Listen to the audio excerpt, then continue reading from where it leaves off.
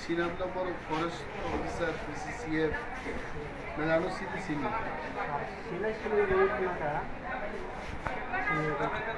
ಸಿನಿಯಾ ini berindo nailan bagina amoro পাইবাটা যে পেশেন্টটাকে জিবি হাসপাতালে বা আরো ভালো কোনো হাসপাতালে রেফার করা হোক।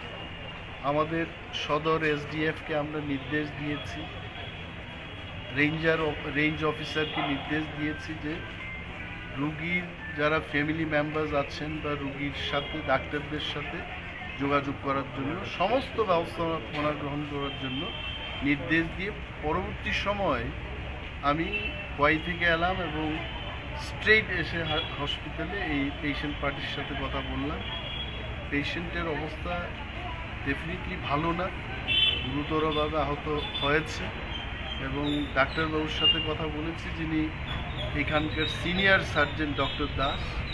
উনি ব্রিফ করেছেন যে আজকে আগামী 12 ঘন্টার মধ্যে পেশেন্টের অবস্থা যখন স্থিতিশীল হয়ে যাবে তখন প্রয়োজনে অস্ত্রোপচার অর্থাৎ অপারেশন করতে পারে এবং সেই অপারেশনের পরেই বোঝা যাবে যে পেশেন্ট আগামী দিন সে কী পর্যায়ে থাকবে, তার কেমন উন্নতি হবে, কিন্তু এটাকে চিকিৎসা করা হবে।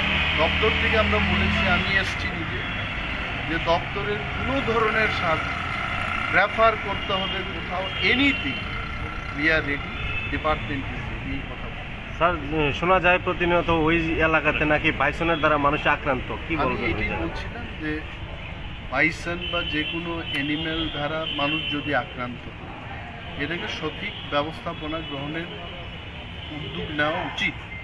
কিন্তু এখন এই মুহূর্তে ইলেকশন কমিশনের গাইডলাইন বলবৎ আছে। এই মুহূর্তে আমাদের কি প্ল্যানিং হবে, ম্যান এবং অ্যানিম্যাল কনফ্লিক্ট এটাকে বন্ধ করার জন্য কি ব্যবস্থাপনা আমরা গ্রহণ করব এই মুহূর্তে বলতে পারছি।